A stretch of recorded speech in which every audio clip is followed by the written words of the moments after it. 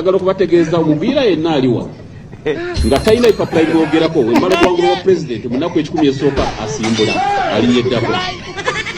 Njagala okubategeeza wemala okubeera president ogwanga lino mbagambye endagaano gye tulina ne namanga ga East Africa tugenda kugitunulamu kubanga erabika tetuyamba nga Uganda.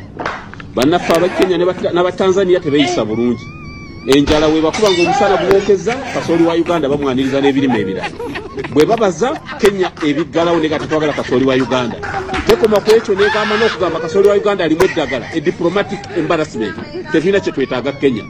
Waliwo abagamba twetaagayo omwalo. Kituufu naffe tulina amakubo agatwala ebyamaguzi byabwe Maraba ne Busia. Bwe banaggalawo Mombasa nja kuggalawo Maraba ne Busia nga president. Bajja kuggulawo Mombasa. Emitwalo emeka usiku yo n'otunda obutungulu n'osomesa omwana primary n'ogezaageza n'osomesa ne secondary ate university n'ekulema. Kakati buli disitulikiti erimu ba RDCs bameka? Bana.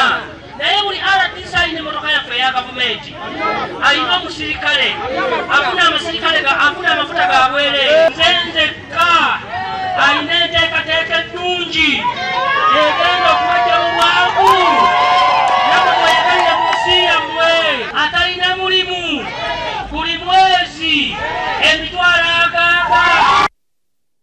Kuterefayina kwoli tukwebaza okubeera nga twegasseeko n'olunaku olwaleero. Maama Zaina Essumba webale kubanga ate oli ku Terefayina bali waliwo omukyala yasanga dda nerabira ukolera masajja ku masomero wangamba olamba uniform z'abayizi erinnya nalyerabira naye kutumiddeko webale kubanga ate oli ku Terefayina. Olwaleero tuli mu kutunya bisuubizo oba manifesto z'abeesimbyewo tetumanyi oba zo muziwuliriza. Twagala bikolwa tetumayo manifesto muzene tuwemu ku sampolo. Olwaleero tetwagala tutunulamuko manifesto yani bisuubizo byani ebisinza okukukyamulanga gwe ate kati mbankolera ne woba otadde soko sewali obuwagizi mutabiikiriza obuwagizi n'ebisuubizo.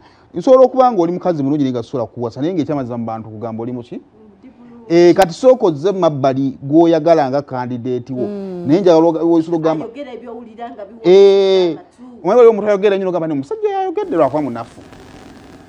Kati kwabiri o presidential candidate yeesimbawo ennyo mu biseera yaffe nga tukula nga buli omu amuwaana manifesto naye ng'agamba ekikulu munafu tasobola wangula nga tukoma muwaana mu manifesto.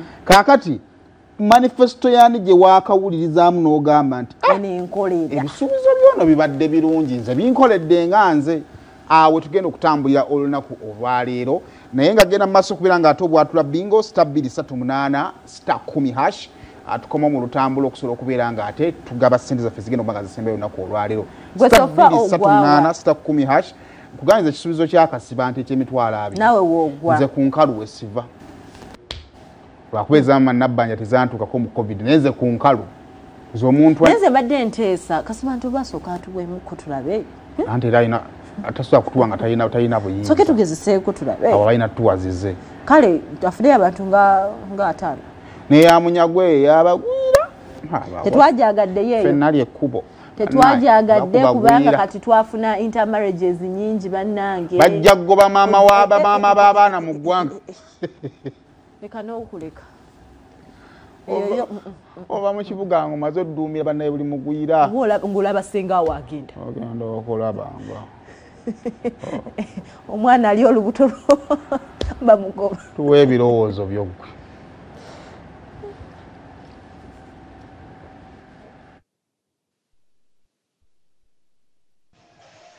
Simon Shadia mwebale kuweereza nze MC Mugave ndi musaza lya Ssaabasajja Kabaka eriye Bulemeezi.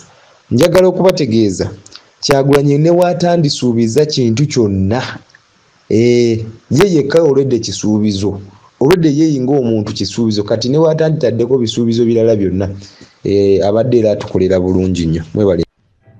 Simon Shadia mwasize mutya mwebale kuweereza ebisuubizo ebisize okunnyumira bye kasiba nti okusindikira omuntu emitwalo 2 buli lunaku ng'ofuna ssente ezo nakituufu kiba kisoboka naye nga ekisuubizo ky'endaba ekiyinza okusoboka mu bisuubizo byonna ebizibisuubizibwa ekya pulezidenti Kyagulanyi eky'okukendeeza ababaka n'ebirala byonna byazayogerako byondaba bisoboka naye ate byabano nti kukendeeza kusindikira buli muntu ssente $20,000 ku ssimu ye ekyo ndaba tekisoboka.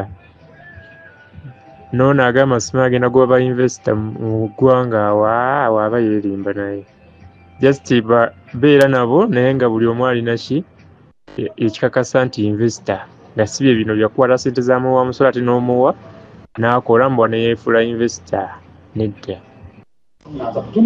Mwebale okuweereza Simon, twebaza empeereza zammwe. Nze Ssemuyenje wano Embalala Kasenge headphone repair.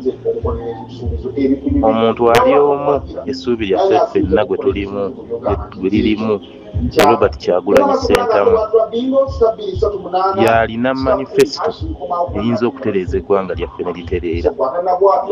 Mwebale okuweereza.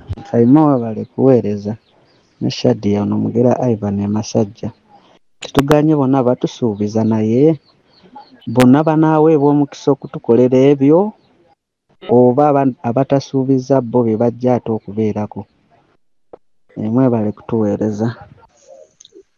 Simon Shadia mwasuzeeyo mutyano nze Richard okuva ne Kawempe nze ngamba bwe nva ku Kyagulanyi mba ngenze ku Wangatto kubanga ebisuubizo byasuubiza byo byennyini omukulembeze byalina okukola.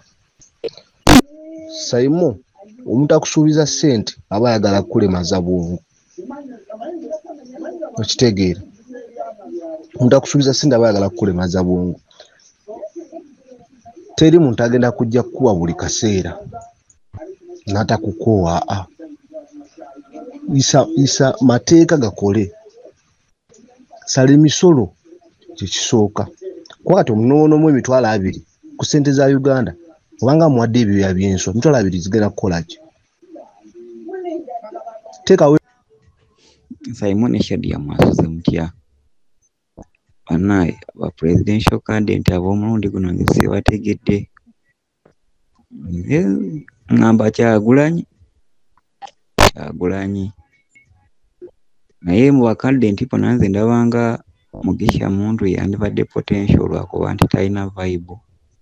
Abo bakandidate abasigadde awo simanyi bakasiba nte oba obogeranga abaana bato naawe.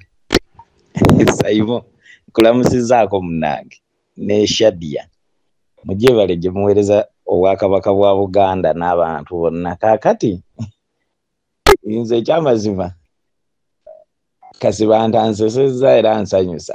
Ekyamazima okimanyi omuyaaye we wajja ofuna obululu obwingi olw'emitwalo 2 egyo naye ng'era naawe okimanyi ebya Bobi bye biri ku alaali.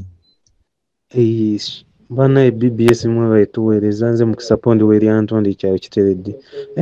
Kyagulanyi ayina manifesto baba maanyi wagiteeka mu nkola nga bamuwaddemu Uganda egenda fuuka. Simon ne Sweet Shadia mwasuze mutya amanya nze Jovan Bebe okuva wano Maya ewa Mathias Walukaga omulonde alinza okulayira.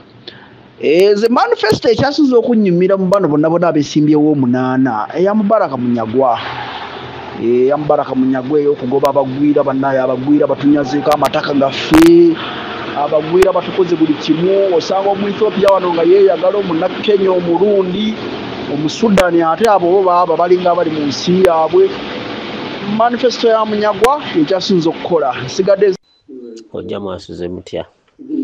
Si BBS tutumbudde wano empambire naye munnange anti buli omu emunyumira okusinziira kikyowagira. Good morning Simon ne Shadia.